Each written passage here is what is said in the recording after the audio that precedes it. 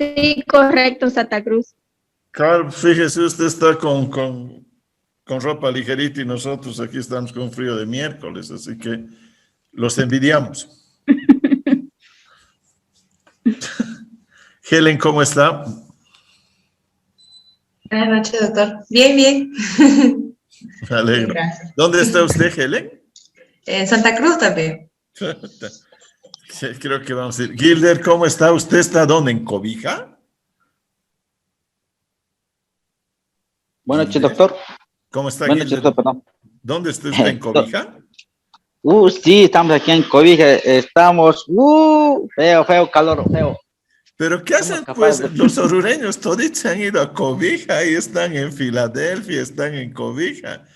Y después quieren que el San José salga campeón si toditos se van y ya no lo apoyan, che. Usted es de San José, obviamente, ¿no? Sí, desde la cuna, ya. Me parece muy bien, me parece muy bien. Estamos, doctor, con enorme calor, enorme. Y esto siempre. estamos todavía inicios de, ¿sabes? Esto de frío y lluvia hasta febrero, hasta marzo, extendiendo. Pero ya estamos con tremenda calor y esto sube peor este año. Creo que vamos a ver el mes de agosto, se va a subir más peor. Creo que vamos a dar tremendo calor. No, a mí me gusta Cobija, es bien bonito.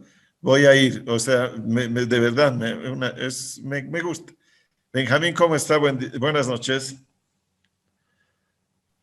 Doctor, buenas noches. Gusto en saludarlo. ¿Cómo está?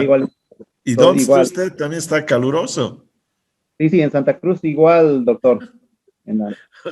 Por culpa suya creo que voy a empezar a emigrar. Un coña más que se va a ir al oriente, cara. Nosotros ya estamos acá ya casi cerca de 25 años, doctor. Yo tengo un hermano, y con esto termino. Mi hermano, en este momento tiene 60 años. Y él se fue desde 1985, salió de la universidad y se fue. Y me dice, yo soy más camba que colla. Y sí, por la cantidad de años que ha vivido en Santa Cruz, ¿no? Y me dice, yo no soy camba, yo soy cruceño, dice. Yo soy cruceño. Y dice, nosotros los cruceños somos como las parabas, dice. Estamos en extinción, dice. Porque según él hay una invasión de occidentales que lo están enloqueciendo. Así que ahí jugamos con él, pero no ha perdido el dejo, sigue hablando como colla y no ha perdido sus mañas collas. Ok, vamos a empezar clases. Y habíamos quedado ayer hablando de la importancia de definir quién es el comerciante, ¿no es verdad? Espero que les haya gustado. Carla, ¿cómo está? Janet, ¿cómo está? ¿Quién es el comerciante? Y nuevamente he hecho otra apología. Si ustedes se fijan, en cada sesión hago una apología, ¿no? La primera apología fue el comercio internacional y la importancia del comercio internacional. La segunda sí, el comerciante. El comerciante no es cualquier sujeto. El comerciante es una persona que te garantiza un producto. Por ejemplo, ustedes vean, Toyota o Toyota, si ustedes quieren. No es verdad, su representante es Toyota. Y te dice, te garantizo 150,000 kilómetros o 5 años. Te está garantizando su producto. Lo mismo van a hacer, qué sé yo, Hansa, que en este caso, hace lo mismo con Bosch o hace lo mismo con Volkswagen, etcétera, etcétera. Quiero que les quede claro, el comerciante es una persona que te está garantizando su producto y te lo está vendiendo al mejor precio. ¿De acuerdo? O sea, insisto, ponía el ejemplo al final de la clase ayer. Una cosa es que te venda Stege, Dillmann, Sofía, y otra cosa es que te venda la caserita de la esquina. ¿No es verdad? Probablemente nos guste incluso el sabor de los hot dogs de la caserita de la esquina, pero puede ser que estés tomando un riesgo, ¿no es verdad? No, sus controles sanitarios no son del todo adecuados y no sabemos cómo han elaborado dicho producto. En ese sentido, veamos la importancia de tener en este caso, comerciante. ¿De acuerdo? Primer punto. Vamos adelante. Ok, habíamos quedado que el comerciante tiene que ser una persona capaz, es decir, tener una actitud legal para adquirir derechos y contraer obligaciones, y habíamos indicado que ese comerciante debe cumplir una serie de requisitos, como tener un domicilio legal, tener obviamente un registro en el Servicio Nacional de Registro de Comercio, debe tener una habitualidad, debe buscar fines de lucro, debe tener lo que dijimos, una habitualidad, no importa, no necesariamente diaria, pero tiene que repetirse en el tiempo y quedar, en pocas palabras, una constancia dentro de la propia comunidad de que él es un sujeto que está haciendo comercio y que vive del comercio. Precisamente es su oficio. ¿No es verdad? Eso no puede quedar en duda. Ya les he dicho que puede ser, y ustedes conocen la palabra, puede ser absolutamente estacional. Es decir, yo solamente vendo en primavera y en verano, en invierno y en otoño no pasa nada. Pero eso voy a repetir en el curso de el tiempo, me voy a proyectar en el tiempo. Y después dijimos que debe llevar un registro de sus actividades a través de su contabilidad, 5 libros indispensables para llevar adelante ese registro y definitivamente pague impuestos, ¿no? Pague impuestos, ¿ok? Listo. Ahora bien, vamos a entrar a una de las partes más. La materia en sí es muy bonita, de verdad les digo, pero vamos a entrar en este momento a una de las partes que a mí me gusta muchísimo dar, y es precisamente lo que nos está apuntando el marco jurídico del comercio internacional. Entonces, es capítulo 3. Sigue pendiente la contratación mercantil. Ustedes han leído lo que son los contratos y entonces me favorece muchísimo ello a poder darles otra materia que probablemente sea muy útil para lo que ustedes están pensando desarrollar en el futuro como sus actividades profesionales. En este sentido, vamos a hablar de la regulación internacional. Los comerciantes no pueden actuar a su libre albedrío, a pesar de que muchas veces se habla de que es un comerciante independiente o de que el comerciante es un sujeto, en este caso, que lleva actividades privadas. Ello está absolutamente regulado. Un ejemplo claro, a nivel nacional está el Código Mercantil Boliviano y lo mismo, van a encontrar que cada país tiene un determinado sistema regulatorio, así se llama en comercio. No es un sistema jurídico, es más, si ustedes quieren, más sofisticado a nivel internacional. ¿Por qué? Porque está regulando las relaciones de los estados o de los agentes económicos en el sistema internacional. Por lo tanto, es un sistema regulatorio. La Organización Mundial de Comercio, o la OMC, es precisamente el organismo a nivel mundial y el organismo del comercio por excelencia que va a regular, insisto la palabra, que va a regular las relaciones comerciales que se den entre los estados. Ya sé que no son los estados, pero la OMC se regula con los estados. Ya sé que no son los estados los que comercializan, son las personas naturales o jurídicas de los estados, pero son los estados los que deben representarlos y protegerlos, y de la misma manera deben comprometerse a que cumplan con los deberes adquiridos en el marco de lo que es este sistema regulatorio del comercio internacional. Por lo tanto, los estados van a salir a defender los derechos de sus agentes económicos, llámese Repsol, llámese Shell, llámese Amoco, llámese YPF Bolivia, llámese Soboce Bolivia o la Cervecería Boliviana Nacional, pero también deben estar encargados de que no solamente son los derechos, sino también las obligaciones o los compromisos adquiridos o los deberes adquiridos por esos agentes comerciales. Si no hubiera este sistema regulatorio, el mundo sería un caos dentro del comercio internacional. Entenderán en ese sentido que solamente un preámbulo, hemos dicho que la próxima semana vamos a hablar de la OMC, hay más de 156 países miembros en la Organización Mundial del Comercio. Y entre ellos está Rusia, entre ellos está Cuba, ¿no es verdad? Y obviamente está Venezuela. En ese sentido, la ideología se queda desplazada porque negocios son negocios, ya les he dicho. Los negocios te llevan a todo. Para hacer un proceso revolucionario necesito dinero. Para mantenerme en el cargo necesito dinero. Y si quiero tener una buena gestión necesito dinero. Si no tienes, papi, dinero, estás en problemas. ¿No es verdad? Estás en problemas. Y eso vemos incluso en el entorno familiar, porque muchas familias que tienen conflictos económicos van a terminar disolviéndose. En cambio, cuando hay dinero o cuando hay ese tanque de reserva que se llama dinero, probablemente puedas llevar de mejor manera tu núcleo familiar, tu núcleo social y tus relaciones dentro de la comunidad internacional. En ese sentido, hay un marco regulatorio. ¿Y qué es lo que va a regular particularmente la Organización Mundial del Comercio? El desempeño de sus Estados miembros. ¿Y por qué hablamos del desempeño de sus Estados miembros? Porque cada país va a empezar a tomar políticas comerciales para precisamente llevar adelante sus programas o proyectos mercantiles o comerciales. En ese sentido, ¿Bolivia tiene una política comercial? Habría que estudiarla. ¿La China tiene? Absolutamente. ¿Estados Unidos? Tiene.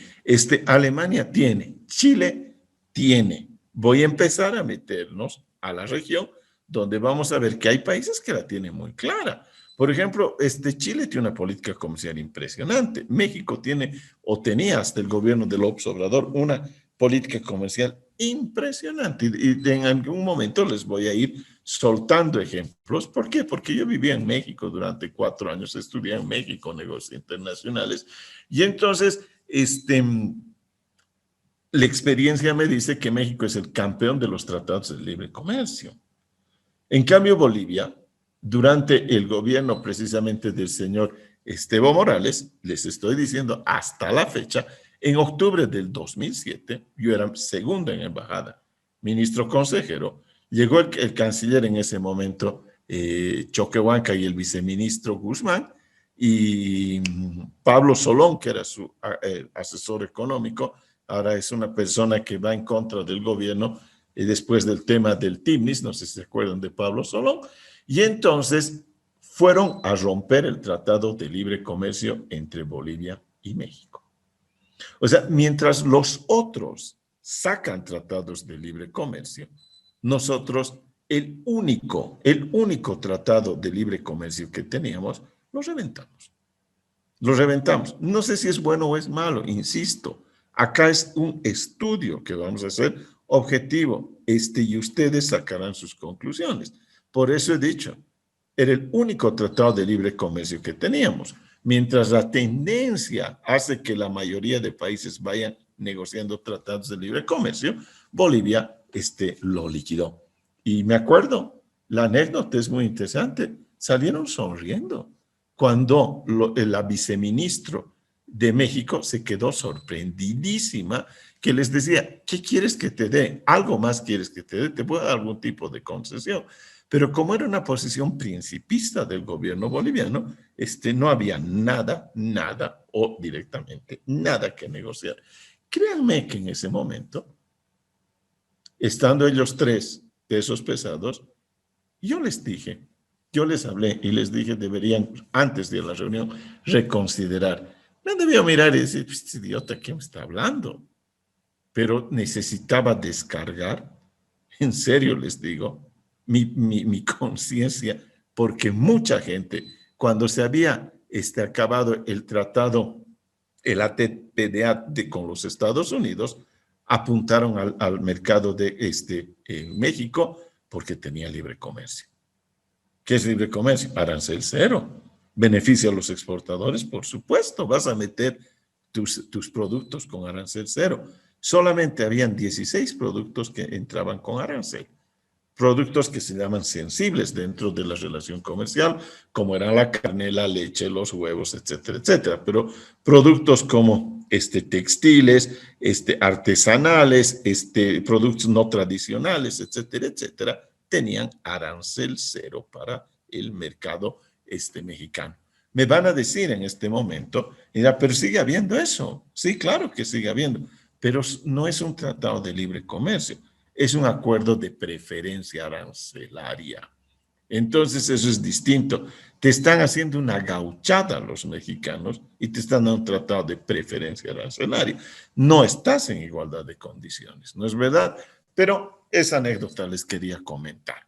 En ese sentido, lo que les insisto, el organismo internacional, en este caso la Organización Mundial del Comercio, tiene que regular las actividades o las políticas comerciales que realicen los estados. Es uno de los requisitos. En ese sentido, cuando uno de los estados no está jugando limpio en su política comercial, la Organización Mundial de Comercio va a pedir que enderece o que readecue esa política comercial. ¿De acuerdo? Con ese preámbulo, vamos a entrar precisamente a hablar de lo que es la política comercial. Este es un tema que me encanta comentarlo y yo sé y estoy seguro que ustedes también van a estar tentados y me gustaría mucho que participen de ello. ¿Qué significa la política comercial? Lo que acabo de decirles, cada estado va a delinear o va a esbozar cuál es su proyecto, cuáles son sus propósitos o cuáles son los objetivos que tiene para llevar adelante su proyecto o su emprendimiento de política comercial internacional. ¿Qué quiero hacer en el exterior? En ese sentido, la política comercial de un país debe enfrentarse a dos situaciones básicas. Una, apertura o lo que he puesto abajo, o proteccionismo. ¿Qué es lo que quieres? ¿Apertura o proteccionismo? Entenderán que cuando el modelo económico que lleve el gobierno es de apertura, lo que va a favorecer es precisamente o fomentar la exportación de los productos de su país, pero esto es de ida y vuelta y va a tener que favorecer la importación de productos del exterior. Eso es lo que asusta a muchos gobiernos y prefieren, en vez de aperturar su economía, prefieren ser proteccionistas. ¿No es verdad? Proteccionistas. Muchos de los países llamados socialistas o los países con economía centralmente planificada definitivamente son proteccionistas. Hay países en desarrollo y muchos de ellos que son proteccionistas. Y voy a darles unos 3 o 4 argumentos de por qué son proteccionistas estos países.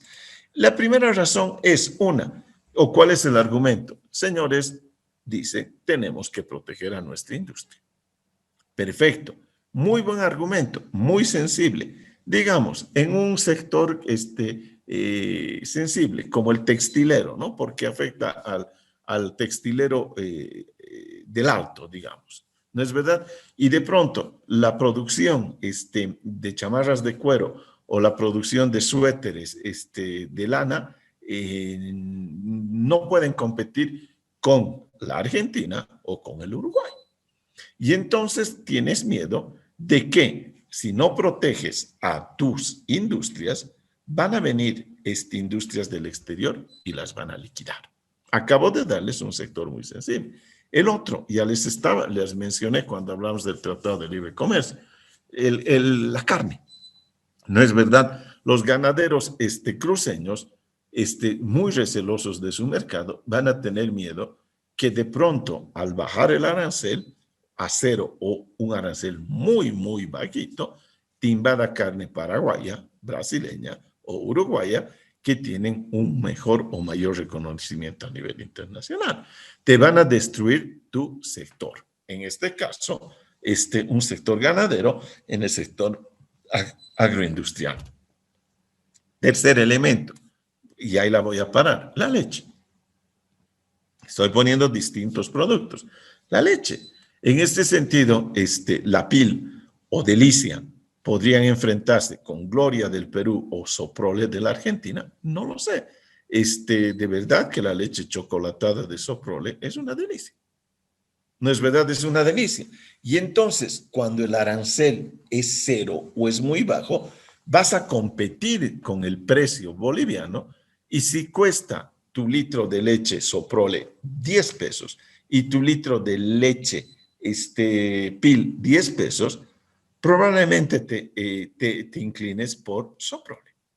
Y probablemente si la carne cuesta, la carne argentina, 45 pesos el kilo y la carne de Santa Cruz cuesta 43, probablemente te inclines por la carne argentina o la Uruguay.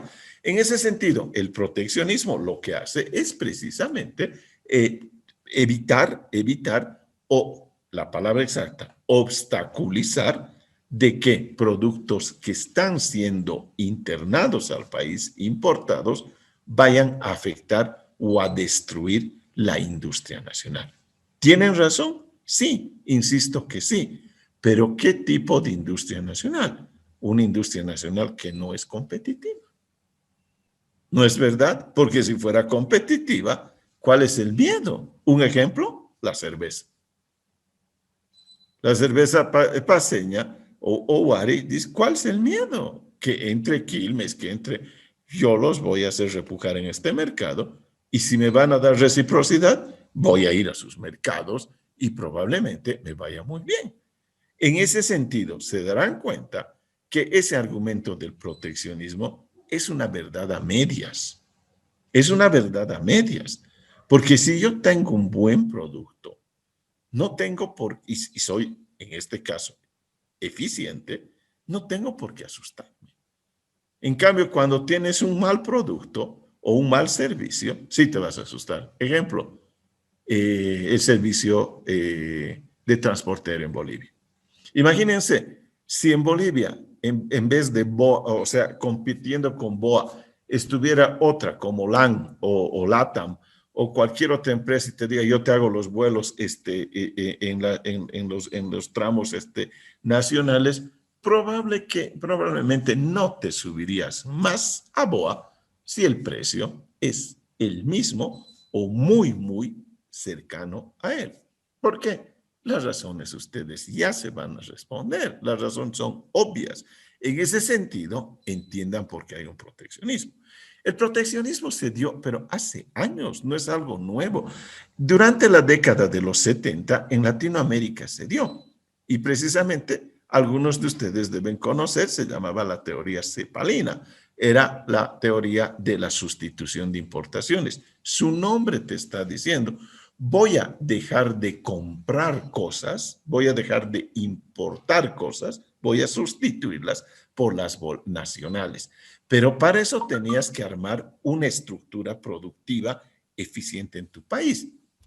Muy buena idea. La tuvo quien, Prebisch.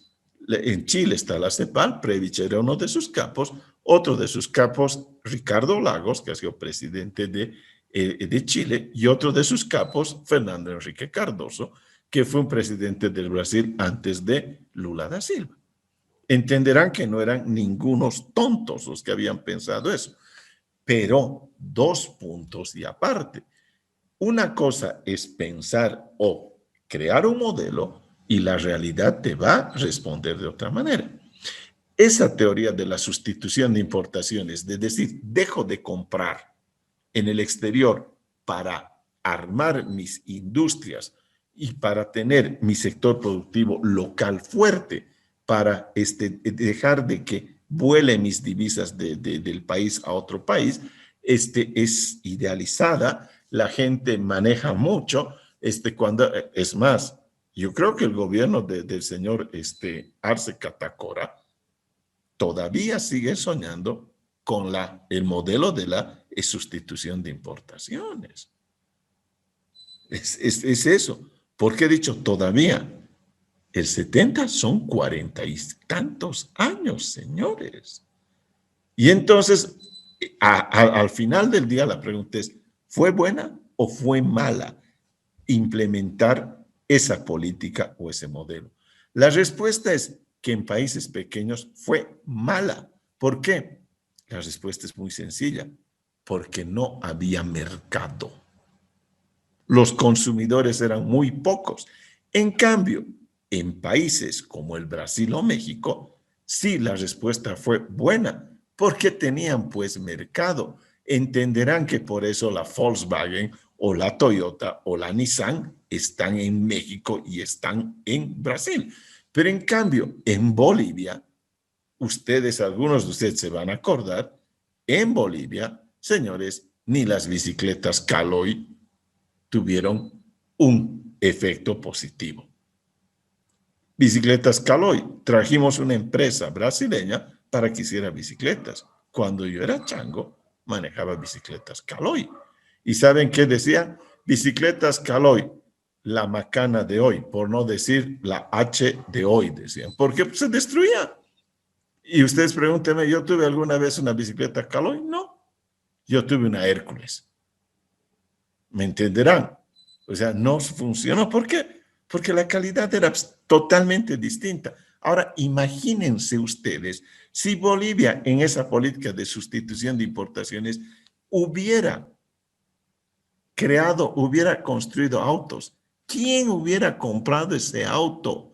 Si en este momento, por eso no estoy hablando al cuetillo cuando digo que tiene esa nostalgia. Las computadoras Quipus. Ahí está. ¿Y quién compra? Ni el más noble de los masistas compra. ¿O estoy equivocado? Ni el más consecuente compañero del MAS compra. Entonces se dan cuenta que hay políticas que hay que estudiarlas mejor.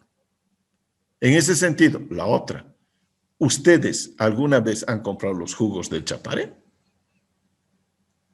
¿O siguen comprando jugos del Valle? ¿O siguen comprando Frutal o Delicia? ¿O qué sé yo, el Tampico? Hello. Entonces, ¿para qué has hecho esa industria? Y Lacteol Bol, ¿quién compra Lacteol Bol? Toditos son productos subvencionados que van a la asistencia familiar. Pero discúlpenme, o sea, ninguno de ustedes compra Lacteol Bol. O compran Pil, o compran Delicia, o compran Cream. Pero yo no veo que la gente compre Lacteol Bol. Al empleado público le obligan a que lleve, no es verdad, pero le obligan. Pero a los demás, porque es parte de su subsidio. Pero los demás, nadie. Entonces, ¿cómo vas a hacer una política tan desatinada? Esto es economía, señores. Pero es que hemos dado pega a 20 compañeros del partido. Sí, pero acabas de herir o desangrar la economía del país porque esa plata podías haber llevado a otra parte. A un sector más eficiente. Al pan, pan, al vino, vino. Al pan, pan, al vino, vino. Y si alguien quiere que entremos a discutir esto, estoy absolutamente abierto a ello. Pero en ese sentido, ¿han visto cuánto va a servir, cuánto necesitan para relanzar la planta de urea? Dios mío. ¿Y la planta de urea dónde está? En el centro de Bolivia. ¿Y cuánto te cuesta transportar del centro de Bolivia a la frontera con el Brasil? Y entonces tu urea se encarece porque tienes que pagar transporte, es decir, flete, y seguro, cuando salgan de este diplomado, me van a dar la razón de lo que les estoy diciendo, porque van a llevar precisamente eso. Y si de pronto la tonelada de urea era competitiva y costaba, por así decir, $100 puesta en donde está en el Chapare, pero hasta que llegue a la frontera a Puerto Suárez o a Roboré, de pronto cuesta ya $107. Y probablemente hay otros países que la venden a 100 o a 101. ¿A quién le vas a comprar? Porque aquí les voy a dar un ejemplo más. Cuando el señor Chávez estaba vivo y el señor Morales era presidente, y cuando se acuerdan que le decía, aquí está mi indio, este es mi indio, este es mi lindo indio, ¿no es verdad? ¿Saben? Le estoy diciendo, pero con bronca. Cuando Bolivia tuvo excedente de producción de soya en Santa Cruz, Chávez prefirió comprarle soya, adivinen a quién, a Estados Unidos. ¿Por qué? Porque esa soya era subvencionada y entonces costaba $2 o $3 más barato que la boliviana y no era pues imbécil, no iba a perder plata por ayudar a los olleros bolivianos y al gobierno de Morales, y le compró. ¿A quién? A Mr. Danger, al señor Bush. ¿Y a quién le vendía petróleo? Al señor Bush. ¿Y con quién se peleaba todos los días? Con el señor Bush. Sabía lo que hacía Chávez. Vendía caro su petróleo y compraba las cosas baratas. Por lo tanto, fíjense, la amistad se quedaba en eso, en la política. Mindio, Evo Morales, pero no le compró. Y de verdad que yo me salpullí de rabia, porque en ese tiempo creo que se visitaban 3 o 4 veces al año, y cuando tuvimos excedente los bolivianos, no nos compraron los venezolanos y les compraron a los pinches imperialistas, como ellos los llamaban. Negocios son negocios. ¿De acuerdo? Negocios son negocios. Una pregunta, quemarropas, para que dejemos de desmistificar la política y no la metamos con la economía. Si ustedes quieren comprar una casa y de pronto están en el mismo condominio, con las mismas condiciones, y tu mejor amigo vende la casa en 120,000 y un desconocido te ofrece en 110,000, ¿a quién le compras la casa? ¿A tu amigo? No seas gil y no me mientas. No le compras a tu amigo. Le pedirás que te rebaje para comprarlo. Porque, obvio, vas a comprar, oye, te vas a ahorrar plata. No vas a ser menso que por amistad te vas a, en pocas palabras, y es una palabra de derecho, estás descapitalizándote de tu patrimonio. Te perdiendo $10,000, hermanito. Ah, no lo voy a hacer. Así que piense. Por lo tanto, el proteccionismo lo que va a generar son políticas comerciales restrictivas. Va a regular el comercio. Vamos a entrar a hablar de eso y entonces vamos a ver cómo favorece a su comercio o cómo protege a su industria y cómo desfavorece, entre comillas, a la industria extranjera al no permitirle o obstaculizarle el ingreso a nuestro mercado. Hecho así entre comillas, porque en realidad al que va a afectar, y eso lo saben ustedes, es al consumidor final, que con nombre y apellido, en este caso que estoy tomando como ejemplo, es el boliviano. Ya les he dado el ejemplo del auto. Te han puesto un impuesto, ¿y quién paga ese impuesto? ¿El dueño de la Ford o el de Hyundai? ¿O paga el boliviano? Ah, bueno, pues el de la Hyundai te va a seguir vendiendo el auto en el precio que han sacado de fábrica. Pero en cambio, el boliviano va a pagar ese impuesto. Va a pagar ese impuesto por tener ese auto. La pregunta es, ¿y por qué tienes que desangrar al boliviano, al consumidor boliviano? Ah, pero es que necesitamos para proteger. ¿De qué estás protegiendo? ¿Acaso tenemos autos en Bolivia? Ah, pero es que tengo que sacar plata para educación, salud, bla, bla, bla, bla, bla, bla. ¿En verdad nos beneficiamos de eso?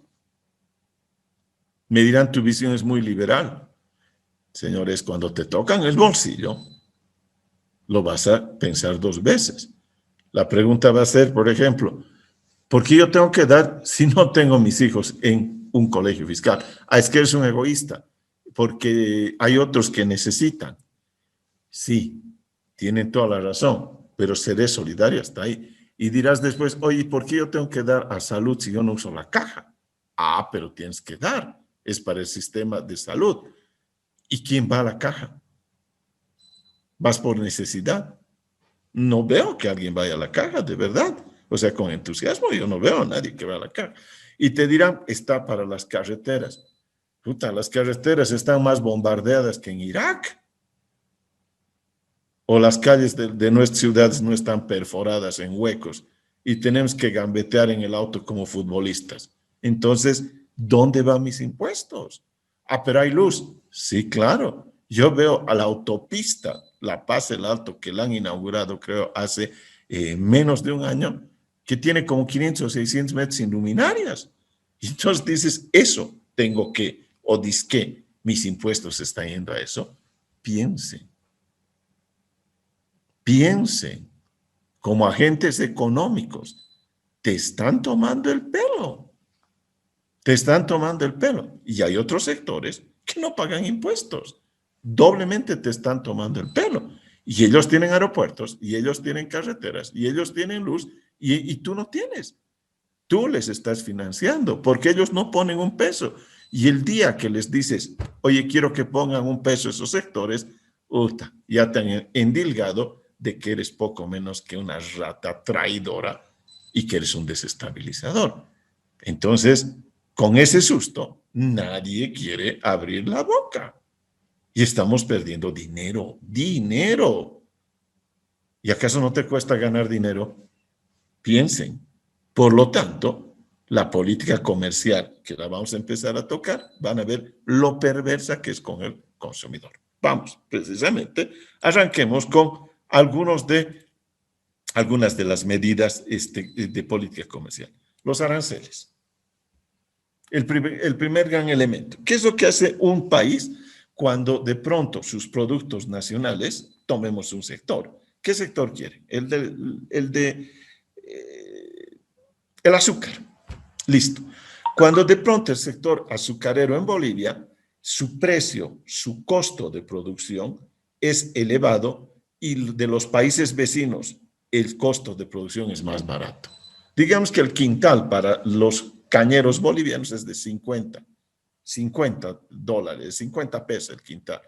Y para los cañeros de Brasil de Brasil, digamos, en este caso, su costo de producción es de 45.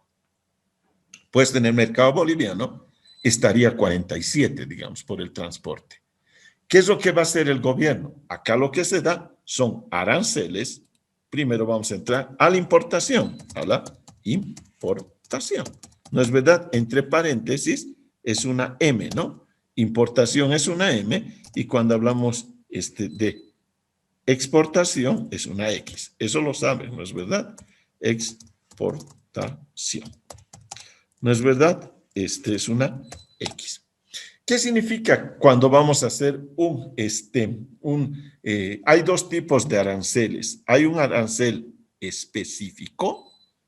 Voy a poner acá, por favor, antes de tocar estos de importación y exportación.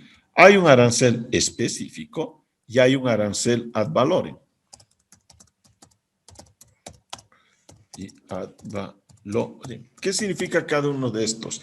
Cuando hablamos del arancel específico, estamos señalando que es un monto fijo, es un monto determinado que te van a cobrar por un determinado volumen de producto. Por así decir, te voy a cobrar 100 pesos por cada tonelada de hierro. O te voy a cobrar 100 pesos por cada tonelada, por cada quintal de azúcar. Por así decirles. Es específico. En cambio, el ad valorem es el que más se utiliza. Ambos dos se pueden utilizar, pero es más común porque es porcentaje. En ese sentido, puede haber un arancel que diga, para todo quintal de azúcar, el 13%. ¿Cuál es tu precio? Tanto, 13% más. Tanto, 13%. En ese sentido, ahí está, estamos hablando de una política comercial, en este caso boliviana. Primero, imponer un arancel, que puede ser específico o ad valorem. Impuesto a la importación. En ese sentido, ¿qué es lo que voy a hacer? Voy a obstaculizar o voy a encarecer el producto externo que está siendo importado para que mi producto nacional compita con ese producto. Ejemplo, los huevos que traen de Chile, o los huevos que traen del Perú, o la fruta que traen del Perú, para evitar que reviente, por así decir, a los mangos bolivianos, a los duraznos bolivianos, o a la uva chilena, no reviente a la uva tarijeña. Pero ¿me entienden? En ese sentido, ¿qué es lo que van a hacer? Digamos que la libra de uva, en este momento, la uva boliviana es de 10 pesos. y la uva chilena está a 8 pesos. Entonces, para que no reviente el sector agrícola tarijeño de la uva, lo que voy a hacer como Estado es ponerle un arancel del 20%. ¡Pum! Lo he nivelado y entonces la libra de la uva chilena está a 10 pesos. ¿De acuerdo? ¿Quién se ha beneficiado? El productor boliviano. ¿Quién más se ha beneficiado? El Estado boliviano, porque está recibiendo impuesto. Hay un impuesto en la importación. ¿Quién está perdiendo? ¿El productor chileno? No. Sigue recibiendo sus 8 pesos, ¿no es verdad? Va a seguir recibiendo. Va a pagar esos 10 pesos, pero ¿a quién se lo están pasando? Al consumidor. Y de pronto tú tenías la oportunidad de comer la uva chilena a 8 la libra. No, sorry, comes a 10. Entonces el efecto, se darán cuenta, que es perverso contra el consumidor final. ¿Estoy protegiendo mi industria? Sí, estás protegiendo tu industria. ¿A cambio de qué? Bueno, todos los bolivianos somos iguales. Entonces, ¿qué es lo que debería haber? Un incentivo y motivar que empiecen a ser más competitivos. ¿No es verdad? En el sector que busques. En ese sentido, ayer con ironía les decía, en Bolivia hay un productito que es ilegal, pero es altamente competitivo en el mercado internacional. ¿Está claro? ¿Sí me han entendido? Me han entendido que el arancel a la importación tiene un efecto negativo en el consumidor final, es decir, en nosotros. ¿No es verdad? Lo mismo. La carne puede ser más barata ahora por el tipo de cambio con la Argentina. No, hay que nivelar. Te pongo un impuesto, ya sea específico o ad valorem, y te voy a encarecer la carne argentina. Y si quieres tu carne argentina, chico, me pagas con este precio que está el precio de costo, el precio puesto en frontera de la carne argentina, más el impuesto que te estoy clavando. ¿Es una manera que beneficia a la industria nacional? Sí, a esa industria que le estás obstaculizando. ¿Qué otra beneficia al Estado? Por supuesto, estás recibiendo impuestos, estás recibiendo plata, pero ¿de quién? ¿Del argentino? Tuya, del consumidor boliviano. Del consumidor boliviano. ¿Listo? Y por eso es que son perversos con el consumidor que te dice, y autos solamente van a entrar a Bolivia no más de 2 años. ¿Por qué? Tienen que ser un auto caro. Un auto de 6 o 7 años probablemente esté en muy buenas condiciones, pero debe valer la mitad de un 0 kilómetros. El arancel se baja. O sea, hello. No es verdad, el arancel se baja. No van a recibir tanto como están recibiendo ahora. Porque el auto, ahorita estás pagando por 20,000 o 25,000 un auto, y de 6 años, por ese mismo auto de 20 o 25,000 estarías pagando 12 o 10. O sea, no les interesa. Bajo el argumento de que son contaminantes, 5 años, es un auto nuevo. Es un auto nuevo. ¿O estoy equivocado? No es un auto que esté traqueteado, pero ahí está. ¿Está claro? Ahí está una política comercial. Y entonces, el sistema de comercio internacional tiene que fiscalizar eso. Ahí estamos hablando de la regulación. Y decirle, che, hermano, te estás pasando de listo, porque lo que hemos quedado, hemos acordado, por así decir, es que tu impuesto o tu arancel sea, qué sé yo, digamos, hasta el 7%, y tú me estás clavando 10%, 12%, 20%. Ahí está la parte de la regulación. Ahora, como hay aranceles a la importación, hay aranceles a la exportación. ¿Y por qué? Porque no quiero que salgan los productos.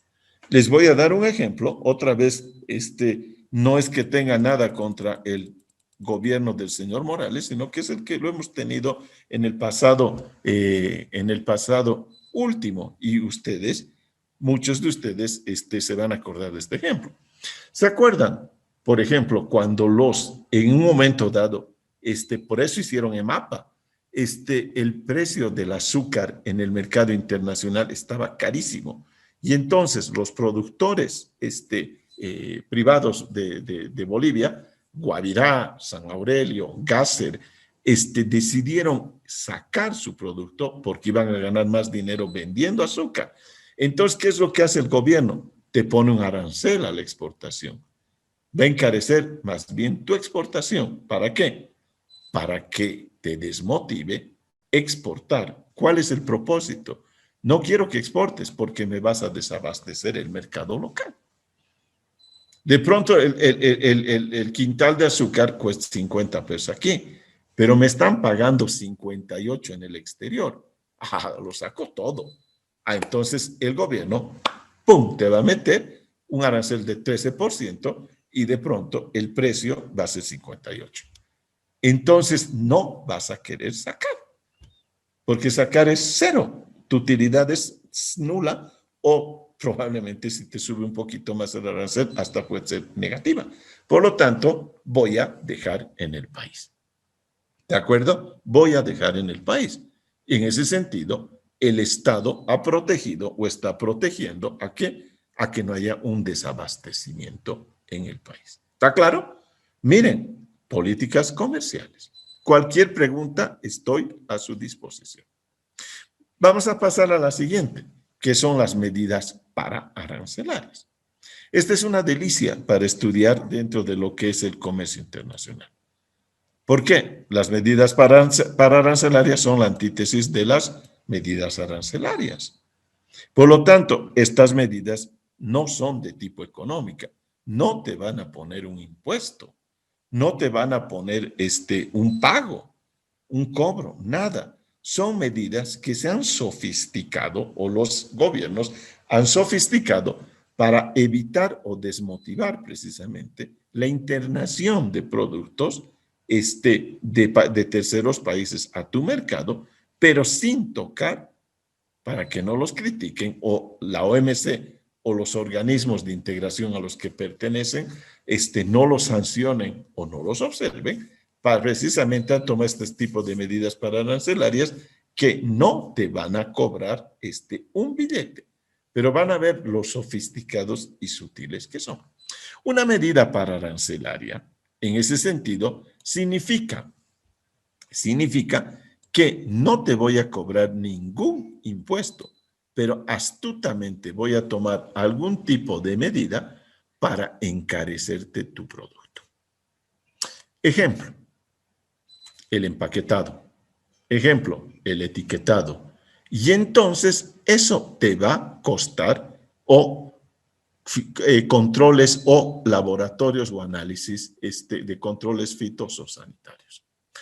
Un ejemplo. Precisamente cuando era director de América, les estoy hablando del 2002, 2003, 2001, no me acuerdo, se quejaron en ese momento los exportadores bolivianos que estaban sacando banano de la parte del Chapare, cuando había el proyecto de desarrollo alternativo, hacia el lado del Brasil. ¿Saben qué? Era un banano bárbaro, unas piñas increíbles. Realmente, no sé si han visto alguna vez en qué tal, hay oferta y dice bananos para exportación. Y no son los bananos que nos dejan a nosotros, que los nuestros deben tener que 15, 18 centímetros. Los bananos de exportación deben tener 25, 30 centímetros y obviamente su volumen es mucho más, más elevado, ¿no? En ese sentido, una medida paraarancelaria, ya les he dicho, es encarecer el producto que va a ser internado a tu país de una manera muy sutil, sin cobrar ningún tipo de impuesto. ¿Cuál puede ser ello? Empaquetado. ¿Cuál puede ser ello? Controles fitosanitarios. Cuando los acompañamos a los exportadores, en este caso eran del proyecto de desarrollo alternativo del Chapare, fuimos a la frontera precisamente a Cobija. Y entonces se nos quejaron los exportadores bolivianos. Y no dijimos que éramos de la Cancillería boliviana, los acompañamos a los exportadores.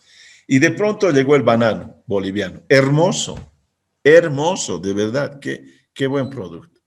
Y entonces los brasileños les dijeron, tu embalaje, mi embalaje, aquí está, es en cartón, sí, está bien, cartón doble corrugado. No, las normas brasileñas dicen que tiene que ser triple corrugado. Listo. Pero no tengo, no te preocupes.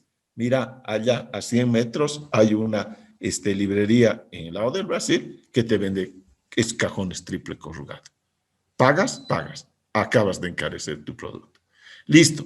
Vienes feliz con tu cajón triple corrugado y entonces estás pasando y has puesto tus bananos y te dicen, oye, pero esto tiene que estar empaquetado al vacío. Pero no te preocupes, allá hay ese plástico para que tú puedas empaquetar al vacío tu producto. ¡Pum! Te la metieron otra vez. Allá está, puedes ir a comprar. Te encarecieron otra vez el producto. ¿Listo? Listo. Ahora, muy bien, listo. Ya has puesto las dos cosas que te dicen. Oye, ¿y tu análisis, tu inspección de control fitosanitario, o no lo tengo? No te preocupes. Aquí por 5 pesos te lo sacamos. Listo. Te acaban de encarecer. Listo. Ya está el cajón. Sí, pero como estás pasando 50 cajones de banano, ¿sabes qué? Tienes que paletizarlo. Pero yo no tengo. Allá, compra.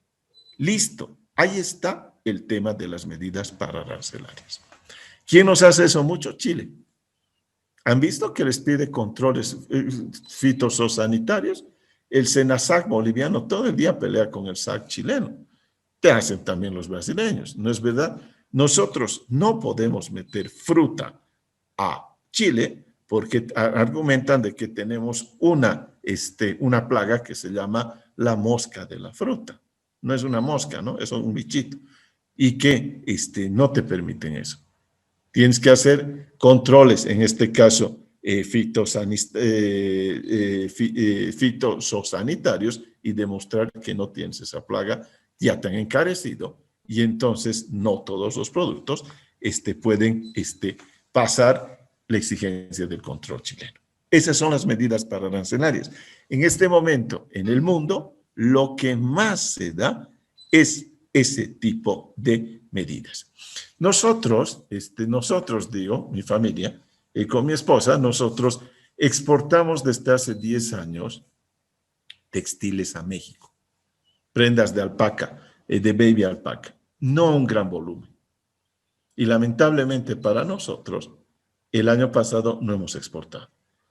Y cuando consultamos para exportarles este año, nos han dicho que hasta nuevo aviso no vamos a exportar. Yo soy un optimista que empezaremos a exportar en octubre o en noviembre de este año para Navidad.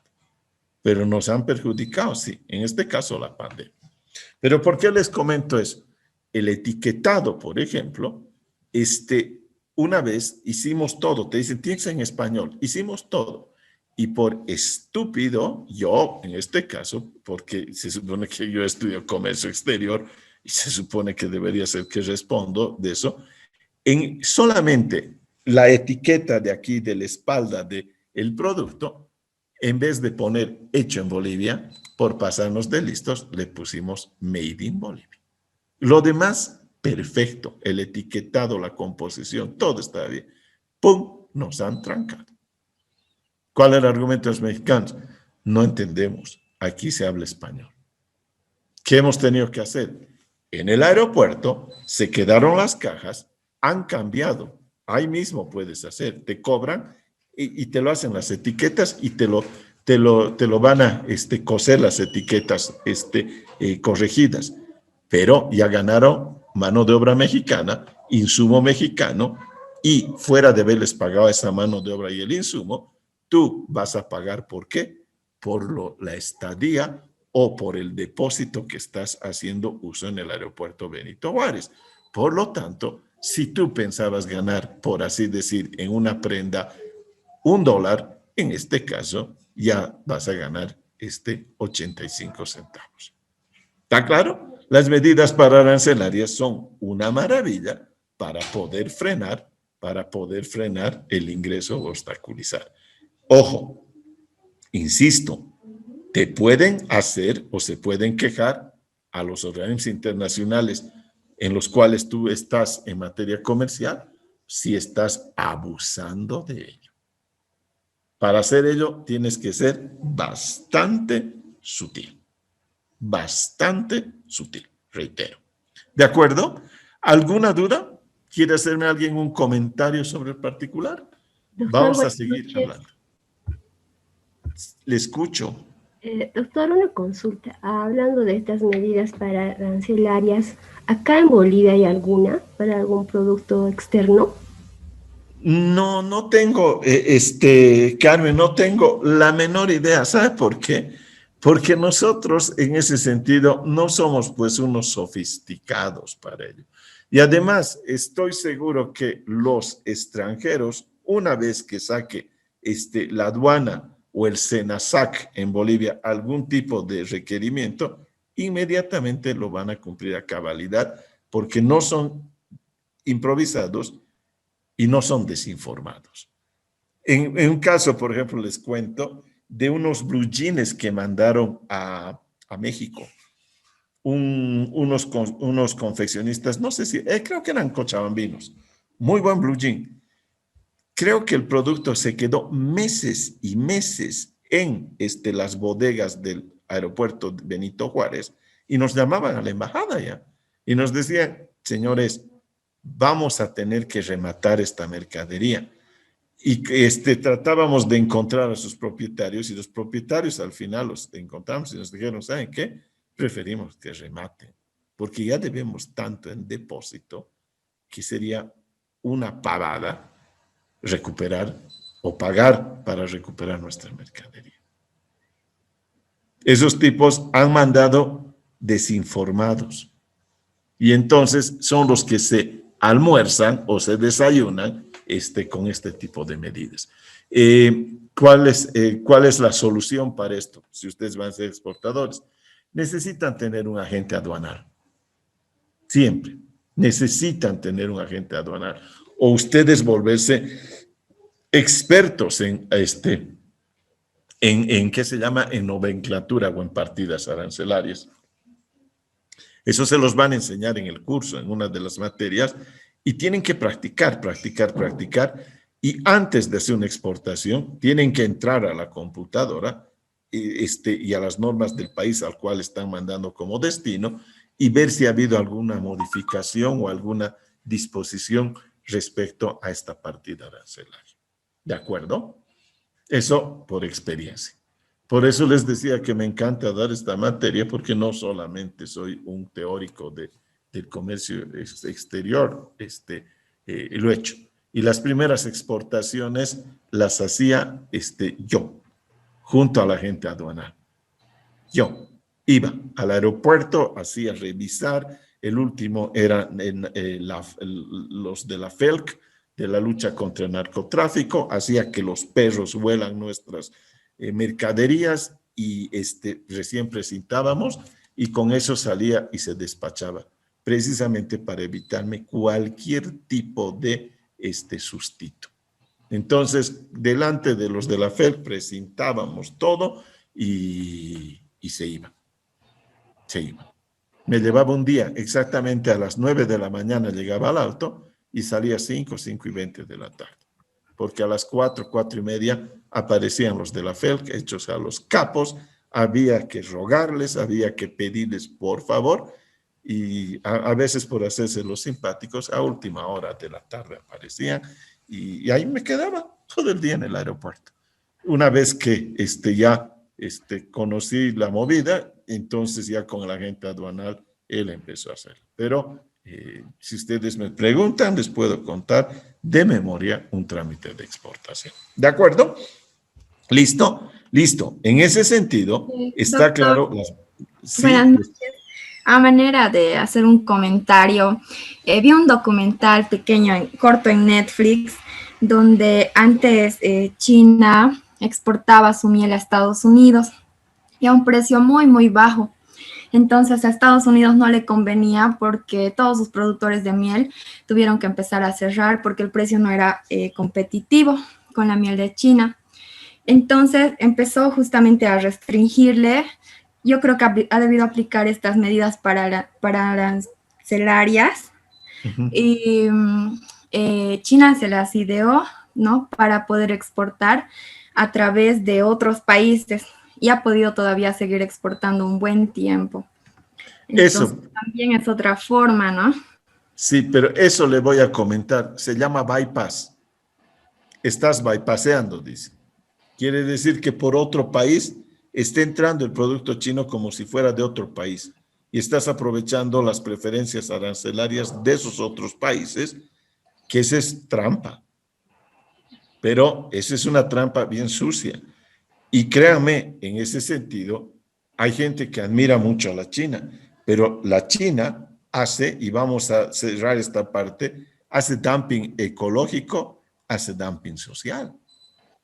Yo les puedo contar lo que es un dumping social. Recuérdeme cuando terminemos la parte de dumping, y yo les voy a contar lo que hace la China, pero contada por un productor boliviano, Kremer apellida. Si alguien es cochabambino, se va a acordar de unos zapatos que se llamaban Kremer Shoes. ¿Alguien es de Cochabamba o vive en Cochabamba? Kremer Shoes eran unos zapatos, una industria pequeñita, pero con un buen diseño.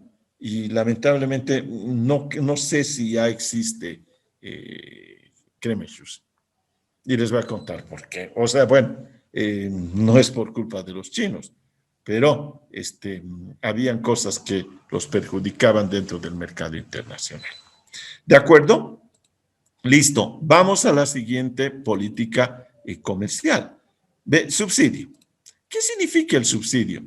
En este caso, el subsidio es aquel apoyo que una empresa va a recibir de su Estado. Se dan cuenta que en este caso, el propio Estado está interesado en apoyar a esas empresas.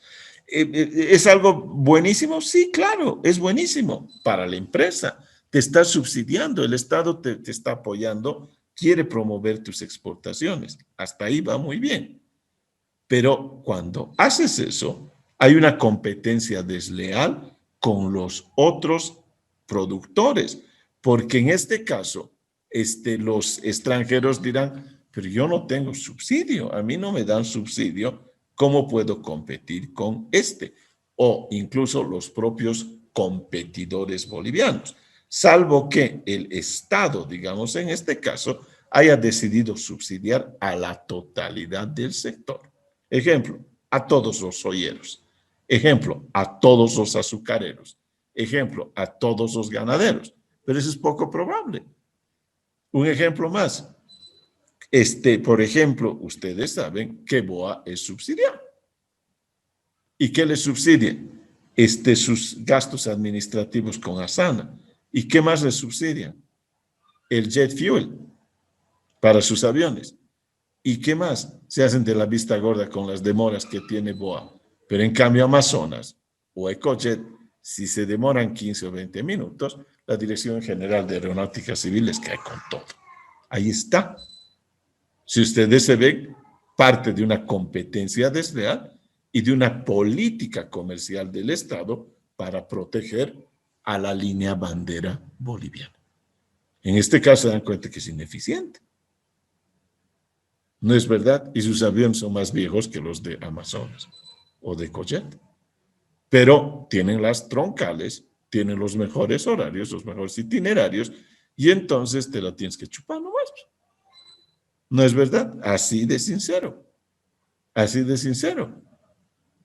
Entonces entenderán. ¿Por qué? Porque no les dan no les dan todas las rutas a los otros dos, a las otras dos líneas aéreas. Les dan un porcentaje a una y otra a la otra, y entonces el padre de todo es Aerosur. BOA, la pregunta es esta. ¿Acaso Ecojet va a Tarija? ¿Va a Tarija? Nuestra colega de Tarija, ¿va a Tarija? No. ¿Y va a Amazonas? Tampoco. Bueno, pues ahí está. Oboa, ¿no es verdad? Si no tomas el BOA de la mañana, tomas el BOA de las 5 de la tarde. Se acabó. 19 horas creo que es, ¿no? El último vuelo. Así es. Entonces se dan cuenta, esas son políticas proteccionistas. Proteccionistas. Entonces, ahí está. El subsidio, ¿cómo te lo pueden dar? Acabo de señalarles lo que hacen en BOA. En este caso, por ejemplo, voy a subsidiar una exportación. Digamos al soyero. Lo que voy a hacer es cubrir el transporte. Oye, es mucha cosa el transporte, pero le voy a cubrir los costos de los hidrocarburos para ese transporte. Lo estás subsidiando. La otra, te voy a devolver tus impuestos. ¿Recuerdan lo que era la devolución de impuestos? Es eso, te voy a devolver impuestos. La otra, te puedo dar algún otro tipo de exención de trámite administrativo. El subsidio, por lo tanto, tiene un elemento absolutamente proteccionista. ¿Está claro? ¿Sí? ¿Es bueno o es malo? Ahí está. Si lo aplican, debe tener alguna razón favorable para algún sector. ¿Ok? ¿Listo? Vamos a las cuotas. ¿Qué es una cuota? Es bien interesante lo de las cuotas. En este sentido, hay cuotas de importación. Hay cuotas de importación y hay cuotas de exportación. Vamos a tocar primero las de importación. ¿Qué significa ello? Digamos que el Estado boliviano necesita, o cualquier Estado, necesita un determinado porcentaje de un producto. Por así decir, 10,000 toneladas, no, muchas dosis, ¿no? Una tonelada, por así decir, de trigo para mantener o para tener, en este caso, a la seguridad alimentaria y que no falte pan a los bolivianos. ¿De acuerdo? Listo. En ese sentido, hemos dicho ¿cuánto? Una tonelada, digamos. ¿Ya? Ok. En ese sentido, esa tonelada puede entrar con arancel cero o con arancel muy, muy bajo, porque necesita. Pero inmediatamente, un kilo por encima, le voy a poner una cuota de importación. Y es decir, ya esa tonelada, digamos que tenía un arancel del 3%, ahora el siguiente kilo o la siguiente tonelada, como quieran ver, excedente, me va a pagar un porcentaje adicional. ¿Está claro? Por eso se llama cuotas. Hay una cuota que la libero, porque intencionalmente necesito que entre ese producto, pero no aparte un número determinado, un volumen determinado. Inmediatamente topamos con ello, chao. Ya no me interesa que entre más ese producto. ¿Por qué? Porque ya satisfecho el mercado interno. ¿De acuerdo? Ahora bien, la cuota de importación puede provocar corrupción. Y mucha. ¿Por qué? Porque alguien tiene que fiscalizar eso. Y en este caso, es un proceso administrativo. Y la pregunta del millón es, ¿quién es el que va, primero, elegir? Y en este caso, vean la magnitud de lo que les estoy diciendo. ¿Quién va a elegir, por así decir, de qué país o de qué empresa extranjera vas a elegir que entre esa tonelada de trigo? ¿Argentina? ¿Por qué? ¿Brasileña? ¿Por qué? Y de paso, entre la Argentina, ustedes saben que producen grano, de pronto hay 3 o 4 empresas que se van a pelear por meter esa tonelada de trigo a Bolivia. Por ahí les das 33, 33, 33 y llevas la fiesta en paz. Pero si no haces eso, ¿cómo eliges? Y entonces está clarísimo, eso lo dicen los libros, dicen, hay un factor muy elevado que está direccionando a una corrupción. Vendrán a mí como instituto que decide, me dirán, che papi, yo quiero meter esa tonelada. Perfecto, te la doy. ¿A cambio de qué? ¿Por qué se la tengo que dar al argentino y no al brasileño o al peruano o al colombiano? ¿Y por qué tengo que darle a esa fábrica en particular y no a las otras 5 fábricas que también producen, o molineras que producen trigo? Por lo tanto, el que se va a beneficiar con las cuotas es un grupo administrativo, ni siquiera es el Estado. Ni siquiera es el Estado. Entonces te mueve mucha la preocupación de la probabilidad de que haya corrupción. ¿Habrá cuota de exportación? Sí.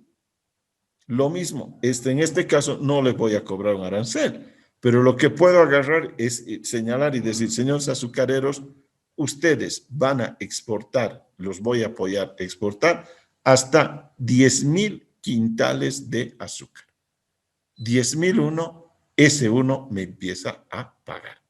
¿Por qué vas a hacer eso? Estoy desestimulando la exportación porque no quiero evitar el riesgo de dejar desabastecido mi mercado local. Y calculo que está bien lo que están sacando esa cuota, antes de la cuota, puede ser mi excedente. Pero si van a empezar a sacar y sacrificar el producto que debería ser consumido en Bolivia o en el mercado nacional, voy a ponerle una cuota para frenar ello. En ese sentido, otra vez puedes entrar la corrupción. ¿Por qué? Porque digamos que el gobierno boliviano dice hasta 30,000 quintales. ¿A quién le das? ¿A San Aurelio? ¿A la Bélgica? ¿A Guavirá? ¿A quién le das? Por ahí a 10, 10, 10. ¿Y qué te parece si le das a uno? Y entonces los otros se quedan sin ese monto que está liberado y van a tener que pagar una cuota de exportación. Te puede mover otra vez a la presunción de que haya, en este caso, un acto de corrupción. ¿Alguna duda? ¿Dudas? ¿No? ¿No hay dudas? Listo. Sigamos, por favor. Vamos con las restricciones voluntarias de exportación. Estas restricciones voluntarias de exportación fueron creadas por los norteamericanos. Y van a ver lo interesante que es. ¿A quiénes se las clavaron inicialmente? ¿Cuál es el ejemplo que vamos a tomar? La restricción voluntaria de exportaciones fue clavada por los americanos a los japoneses en su sector automotriz. ¿Está claro? Estamos hablando de principios de los 80. 85, 86. ¿Sabe qué pasó? Un boom. Los autos, el petróleo estaba muy caro y entonces autos compactos los hicieron los japoneses. Y de pronto, autos como Honda, como Toyota, como Mazda, como Subaru, ¡pum!, se entraron al mercado norteamericano y desplazaron a autos como la Chrysler, como la Ford, como la General Motors, como la Chevrolet, como la Dodge. En ese sentido, lo que hicieron los norteamericanos era precisamente procurar hacer una política de restricción voluntaria de exportaciones de los japoneses. ¿Cómo trabaja esto? Espero que disfruten conmigo de los bandidos que son los americanos. Fueron a hablar con las autoridades japonesas y les dijeron, mira, nos está afectando nuestra industria automotriz. ¿Ok? Listo. ¿Sabes? Te voy a permitir que entre una cantidad, un número de autos de este tipo, de este tipo, de este tipo. Por ejemplo, un número de autos A partir de ese número, yo no voy a permitir que entre ningún auto. porque está poniendo en riesgo nuestra industria automotriz. Tú vas a restringir como gobierno japonés a tus productores japoneses. Automotriz. Pues tal vez japonés, pero ¿cómo? O sea, decirle a la Honda o decirle a Toyota o a Mazda que ese es tu problema. Porque si tú no cumples, yo te voy a poner aranceles a tu industria, por así decir, electrónica. Y no van a entrar ni televisores, ni estéreos, ni nada. Los enfrentaba a dos sectores exportadores japoneses que tenían como objetivo el mercado norteamericano. ¿Qué va a hacer el gobierno japonés? No por seguir fomentando a los automotrices, se va a enfrentar con los que producen electrodomésticos o productos electrónicos, y entonces tuvieron que negociar de esa manera los japoneses, y entonces la industria automotriz llegó a tener esa restricción voluntaria a las exportaciones. ¿Qué les parece esa? ¿Qué les parece esa? El propio gobierno frenando a sus exportadores. ¿Por qué? Ya les he explicado por qué. Tiene toda una lógica, ¿no es verdad? Tiene todo un aparataje lógico de ello. ¿De acuerdo? Doctor. Sí, le escucho. Por favor. Doctor, es por eso que esas industrias grandes como Toyota, Suzuki, incluso Honda, crearon sus fábricas dentro de Estados Unidos para que no se le cobre esos aranceles. Vamos a ir precisamente en este momento, Benjamín, a hablar de lo que es el valor agregado nacional. Ok, en ese momento entenderán que la Suzuki, que la Honda eran 100% japoneses, ¿no es verdad? Es más, hasta, acuérdense, por eso les he marcado la década de los 80, que decía, Toyota Motors of Japan, ¿no? 100% japonés, todo el producto era japonés. El Honda era japonés, o sea, era lo que les estaba dando el trademark, la marca de calidad a esos productos. O sea, decir, es 100% japonés. En este momento hay Toyotas hechos en Brasil, México, en Canadá, qué sé yo, en distintos países. Lo mismo que otros autos, ¿no? Como la Nissan o yendo a otro producto de origen de otro estado como es Corea, la Hyundai la hacen en Chile, ¿no es verdad? Entonces el auto más vendido en Chile es Hyundai. El auto más barato, ¿por qué creen que aquí encuentran autos Hyundai en $10,000? Insisto, el que les venden en 14,490, en Chile cuesta 10,000. En Chile cuesta 10,000. El 49% hace que valga 14,000. ¿De acuerdo? Ok, voy a responder a lo que ha comentado nuestro colega Benjamín y vamos a lo que son las exigencias de contenido nacional. Cuando hablamos de exigencias de contenido nacional, entramos a un punto muy interesante. Yo voy a permitir que entre tu producto, no sé, con arancel o con una preferencia arancelaria muy, muy buena para vos, bajita, 5%, 3%, pero tú me tienes que demostrar de que ese producto, por así decir, tiene 75% de producto de origen de tu país y un 25% de agregados externos. Estoy dándole la preferencia, le estoy dando la preferencia a un determinado país. Y entonces ese país no puede engañarme, estaría jugando, en este caso, con mi buena fe y estaría poniendo en tela de juicio su seriedad si ese producto empieza a piratear unos agregados extranjeros por encima del porcentaje que me han permitido agregar. Un ejemplo, lo que comentaba su compañera sobre la miel, ¿no es verdad? Que algún otro país se llama bypass, por eso he dicho han bypassado, y entonces puedes agarrar y decir, mira, China ya está al tope, ahí está, le han puesto su cuota de importación, y entonces dice China, pero a mis amigos por así decir, de Indonesia, no han llegado todavía al tope de su ¿qué se llama? De su cuota de importación preferencial. Por lo tanto, a ellos yo les puedo pagar unos pesitos y que metan como producto indonesio la miel china. ¿Está claro? ¿Está claro eso? Si me hacen una sí, gracias, Benjamín, está claro. ¿No es verdad? Ahí están bypaseando. Eso quiere decir bypaseando. Ahora bien, si ustedes han seguido la negociación del Tratado de Libre Comercio de América del Norte, fue entre México, Canadá y los Estados Unidos en 1994. 1994.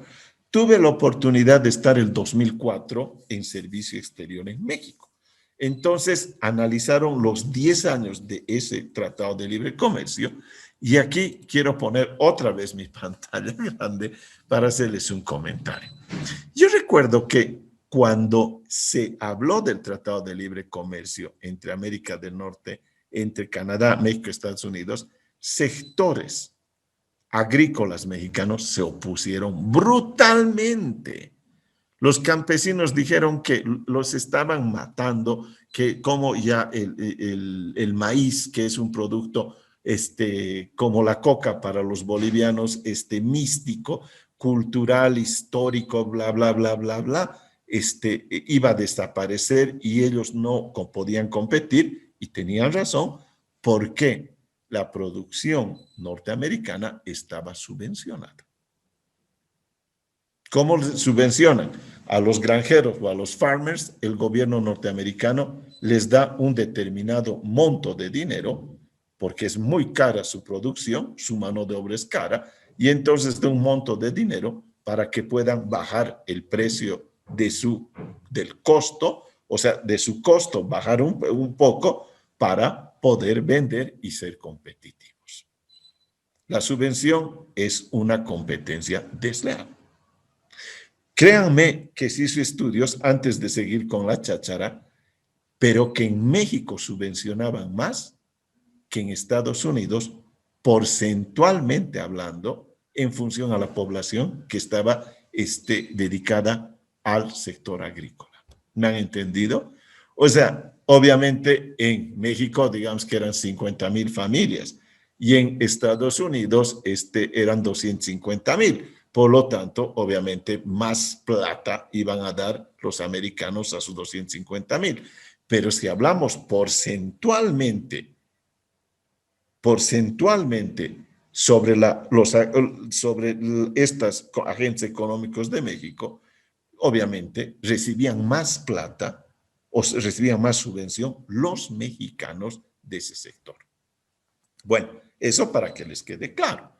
O sea, mucha demagogia, mucha charla. Ya sabemos que los políticos les encanta hacer eso, pero nunca te muestran estadísticas.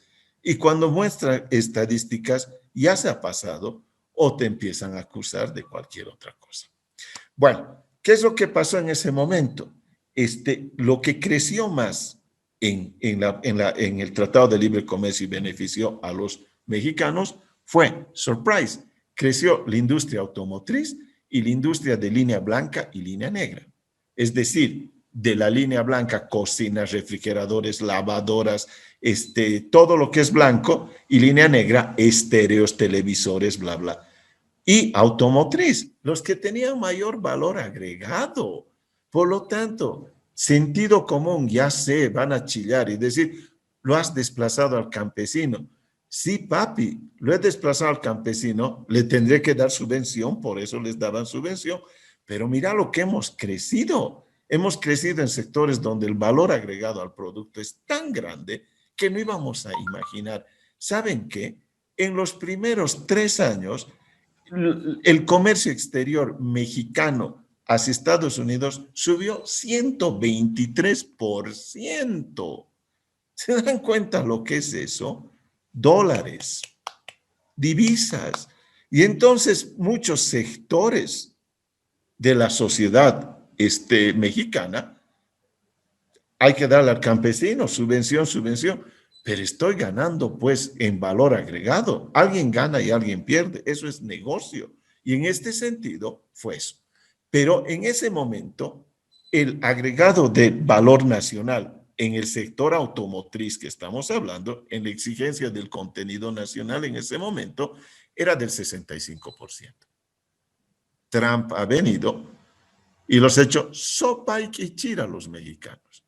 El 2004, cuando se empezó a hablar de una revisión del Tratado de Libre Comercio, los mexicanos que habían odiado y que decían que los imperialistas se los iban a comer, ni querían tocar el tema,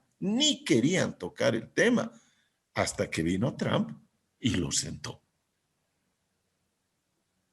¿Y a quién lo sentó? Andrés Manuel López Obrador. Ahí está un hombre de izquierda. ¿No es verdad? Disque de izquierda. Disque. Yo lo conozco. He visto 4 años lo que pasó con Andrés López Obrador. Listo, el hombre está perdido en economía. Muy buen discurso para gente que no entiende economía. Listo. ¿Han escuchado la última pavada que ha dicho? Que los profesionales que van al exterior y se capacitan son los más vendepatrias que hay en México. ¿Se dan cuenta la imbecilidad que acaba de decir el hombre? Y hay gente que le aplaude como foca. ¿No es verdad? Hay gente que le aplaude como foca. Y entonces dice, sí, los que han ido a estudiar al exterior son los vendepatrias. Lindo eslogan, ¿no? Lindo. Pega, claro que pega. Es así. Lamentablemente, la gente ingenua y con poco conocimiento caen en esas estupideces.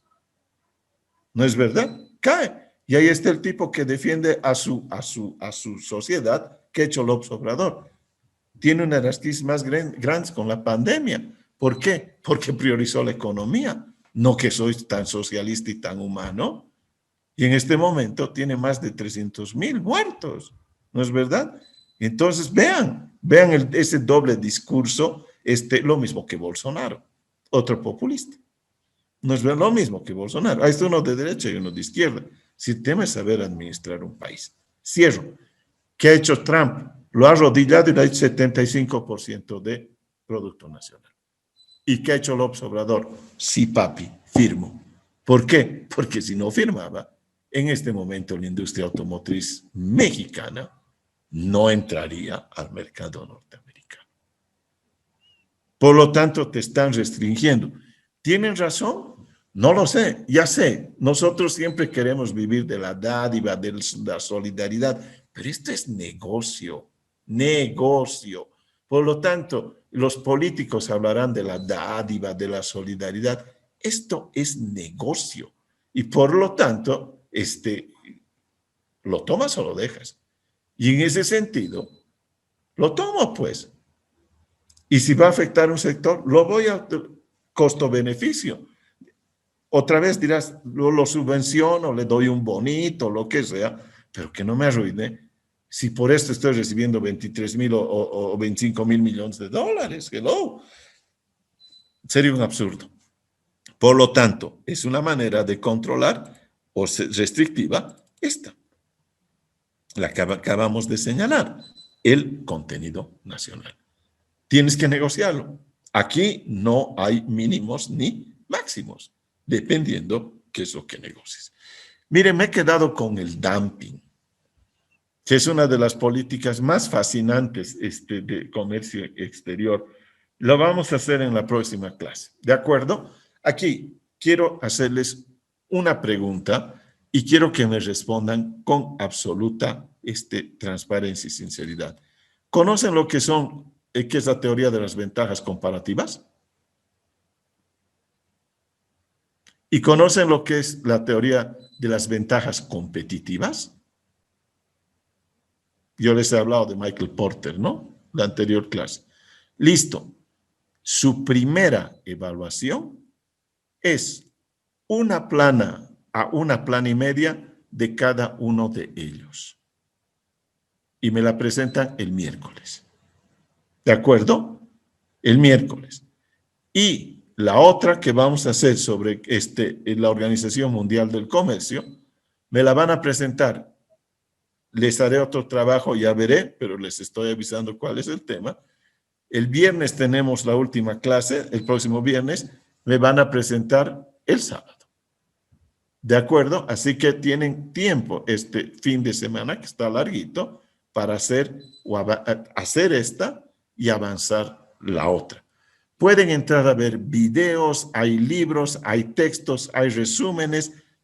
Pueden tomarlo a Paul Krugman, pueden tomarlo a Michael Porter. Michael Porter es el que ha escrito lo que son la teoría de las ventajas comparativas. Es un gurú del comercio internacional. ¿Por qué les he pedido esto? Para que conozcan estas dos teorías. Son los dos grandes argumentos del por qué debe haber comercio exterior o internacional y por qué, a pesar de que un país puede ser, o sea, siempre perder contra otro país, puede hacer comercio. ¿Por qué? Porque en algunos de sus productos va a ser menos, en este caso, incompetitivo que en los restantes. Y el otro va a tener que, en este caso, dirigir o debería direccionarse a sectores donde puede ser más competitivo y donde puede tener mayor utilidad, es decir, mayores ingresos, y dejar los otros productos a los países que no tienen no son tan industrializados para que tengan ingresos por productos que tienen menos valor agregado tecnológico. ¿Está claro? ¿Está claro? ¿Algún comentario?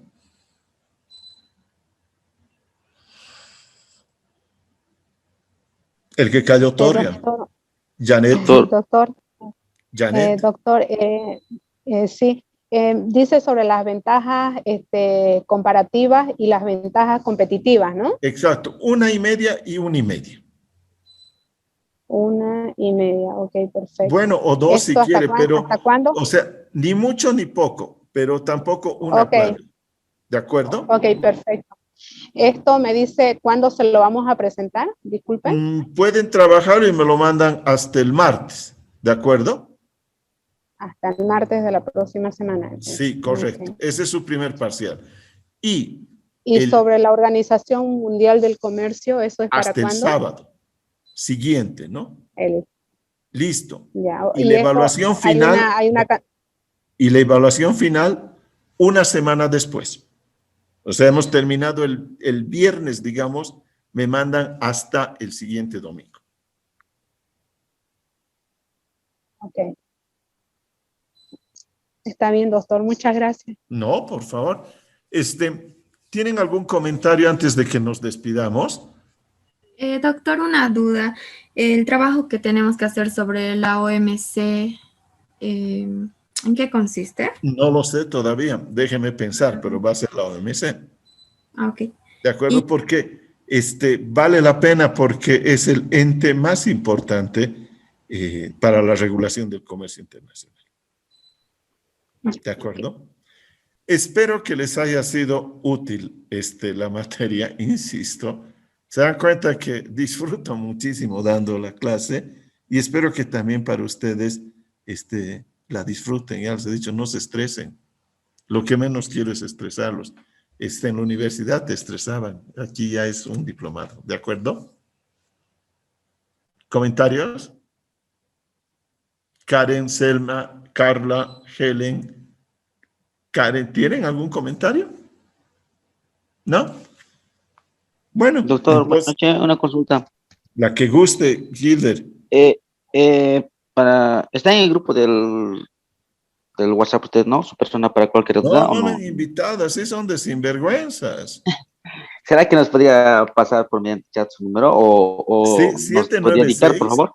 796 78 740 796 78 740. Les atiendo hasta las 10 de la noche. Después de ello, por favor, no me insulten. Hasta esa hora acepto insultos, ¿de acuerdo? No, mentira. Así que, para lo que gusten. ¿De acuerdo? Súper. Y en el WhatsApp, algún documento adicional que ve interesante en el camino, se los voy a mandar, incluso para su conocimiento, o para que lo lean, ¿de acuerdo? Si lo ven interesante. Súper. Espero que lo hayan pasado bien. Yo personalmente estas 3 clases las he disfrutado. Doctor, Dama. una consultita. Revisando los aspectos que nos explicaba de política comercial, ¿las subvenciones entrarían en este aspecto o no? Pero he dicho, pues, son los subsidios. Sí, Subsidios